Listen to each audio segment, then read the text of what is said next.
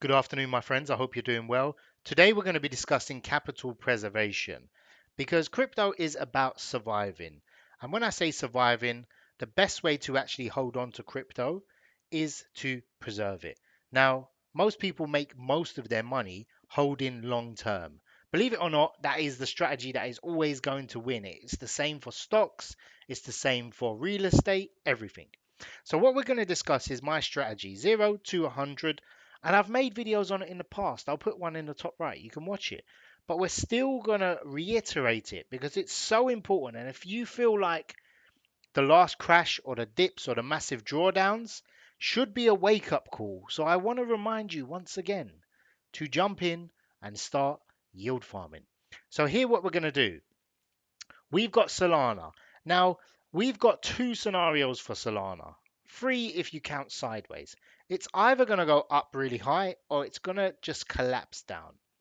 And I want to be ready for both scenarios because if I just do one-sided positions, I provide liquidity all the way down here, then all that's going to happen is I'm going to make a small amount of yield or it's just going to make a few pennies once it bounces up and down. And if it shoots up, I can't capitalize on it because I'm dollar heavy. I'm all in dollars providing liquidity down. So what I do is carry on. My advice is carry on what you're doing. Yield farm sideways, your ranges. If you've got a range like here to here, fine, farm it. But be ready. Take some of that yield and drop it in. Here's an example. So we've earned in a few hours 20 cents. Now this is a very wide range. This is for like, I'll have time to exit it if we see like a major crash come in. And also we shoot up to the upside, this balance is going to go up really high. So we can probably 2x it at least, which would be really nice if we go on the upside. So I've got that pool sitting there, just making a few pence here and there, few cents. But we've got these pools. So we've got a very all-time high position all the way down to 30,000, which I kind of think is the bottom for Bitcoin. And that's why I made that pool. Now we are down 34%, but I put $750 in. And I've probably taken $40 out worth of Bitcoin. So the yield that comes in is in Bitcoin and USDC.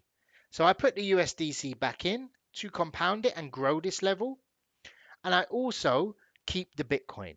And it buys, the lower it is, the more Bitcoin I get. So it's a win-win situation as long as I don't need that money. Now, not many people want to lock up $750 because you feel like I could use that on a tighter range and earn $10 a day, which would make sense if the market doesn't crash and it will probably work out better. Here's another example. I think mid bearish $60 Solana. I'm totally wrong, but at all-time high, $60 seemed a massive amount off. So I put $300 into this one. I'm down $12. I'm compounding everything back in, but I'm down 72% on this. And I'm only down, well, 5%, 6%, something like that, if that. So it's a very, very small amount. It helps preserve your capital. And bear in mind, I could have stretched this all the way down to zero. So I'm just trying to give you real world examples. Here's a successful pool. This was a $200 deposit. Now, I am compounding it back in. We've been lucky with the yield recently, but we've gone down $60 worth of Solana. It's dropped in price, but I've stretched it all the way down to one. You notice this one, 30,000, and the other one was $60. So we haven't stretched it to zero. When you stretch it to zero, you end up with $200 or basically I'm in profit because my capital is preserved. Most of this is still in USDC and that's what you want. So I'll give you another example. I made this pool today. So what I do is my weekly earnings of whatever I earn, and it's very important, it must be yield. You don't want to put your own money in. Let's say 10 cents we got here. I should put 5 cents into here, ready for when it does fall into range. And it has fell into range. But we're obviously going to make a very minuscule amount. You can see here, we're going to earn less than 1 cent. So if I had $100 in here, I would earn 1 cent a day, which is nothing. However, as I keep adding to it and adding to it and adding to it from the yield, as long as these pools survive, hopefully these pools end up being bigger than this current balance, as long as possible.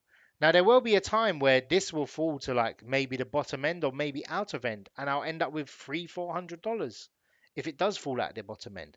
But these 0 to 100 ones, all the way where it is now priced, all the way down.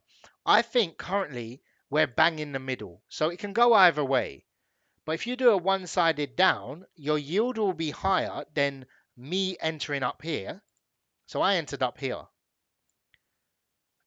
Your yield is going to be less. Your position will be tighter in theory. In fact, double the tightness. So you should really be opening one-sided positions now. It's the best time. You don't want to open it too low because if it bounces up, you're going to lose out on any capital gains. You don't want to open too high because you're dropping, you're earning Solana, you're swapping into Solana, and then you've had a 90% drop, and then it drops another 50%. So you don't want that. You kind of want to be bang in the middle. This is the best time to start preparing. Now, worst case scenario, this bounces up. So many people say to me, I don't want to do a one-sided down up. As soon as it bounces out of range, or, I don't make any money. However, hedge it off your current balances, your current positions. Make sure you have positions where it is a 20-20 range because you want that capital gains. And then this is still dollars. This will be $5 if it bounces up. But I'll have a little trickle here. This is an irrelevant pool. However, this is a good example, this one. Because if this bounces out of range, I can pull the 200 out. In fact, I'll probably just leave it because it's 200 to $1. Solana will be in that for quite some time, in my opinion. And we're just compounding. Now, the yield, 6 cents, is virtually nothing. But if we're down here and we're earning 6 cents, once it bounces up, you can get a 5x off of it or 10x. So you'll gain a lot of Solana. Believe it or not, if Solana drops to like, I don't know, $6 or something ridiculous, you'll be earning a few Solana a day. You'll be earning like 0.01 Solana, sorry, beg your pardon. But if it drops really low, then you'll earn a few Solana per week or per month. And then when it bounces up to $140 again, you're going to be sitting pretty. So it's a very long-term strategy, but you must protect your balance. What you don't want is this $5,000 to go to $3,000 because you're trying to keep it in range, chase the yield, set one-sided down. You will not regret it. Trust me, I will tell you one thing from experience. I'll predict the future. There will be a crash and it will catch everyone off guard. 100% everyone will be caught off guard. I don't know when it's going to come. It could come right now. If you wake up in the morning and suddenly Solana's $80, trust me, no one is interested in buying a new project, in making a new DApp. They cancel projects. Companies go bankrupt. USDC depegs. There'll be some bearish scenario that will happen. However, you'll be sitting here in a position where you're like, okay, it's crashed. My pool's got triggered. You can even say, I want to set this position up. Bitcoin, the bear market will start when Bitcoin hits $80,000 or $65,000. You can set up the pool to start at $65,000. You could just come here and just type in, I want Bitcoin to start at $65,000 all the way down to $1. $1 is a bit overkill. Maybe you can do $1,000 just to get a few more in range, just a bit more. And then that's it. You just wait for the Bitcoin to fall 30% and you'll just stack your dollars up as you go. Put $1 a day. It doesn't matter. Just keep something ready for the bear market. And ideally, if you can do $5 to $10 a day, you'll be in a position. Don't leave it in your wallet. Gain some yield from it because you're going to protect your capital and you're going to earn yield. And then when it bounces back up, you'll be in a position to do well. Take, for example, I have about $1,000, I would say, all on the downside. I might be making 30 cents, which is $10 a month. But once I build that up and I sell these positions and they all become one-sided, you'll be earning a few dollars a day. Definitely a few dollars a day, especially with even a remotely small sort of balance here. I've sold most of my crypto, but I'm still yield farming. I'm still here and I'm still trying to gain as much as I can before the big crash. But when the crash happens, trust me, you'll be stress free. And that's the most important thing. You don't want to be panic selling. And some people have asked me, and very good questions, they've said to me, Kada, why wouldn't you just wait for it to crash?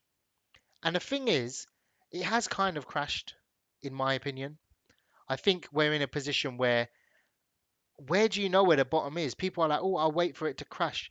If you wait for it to crash and it's $54 and it's floored out, and you think, okay, let me enter here on an upside, and then it falls more. With this position, it's very passive.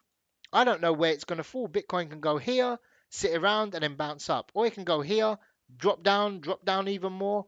You don't know. But with this strategy, it's very hands off. And then just accumulate your Bitcoin, accumulate your Solana, send it to staking, lend it out, do what you want. So I wish you all the best and take care.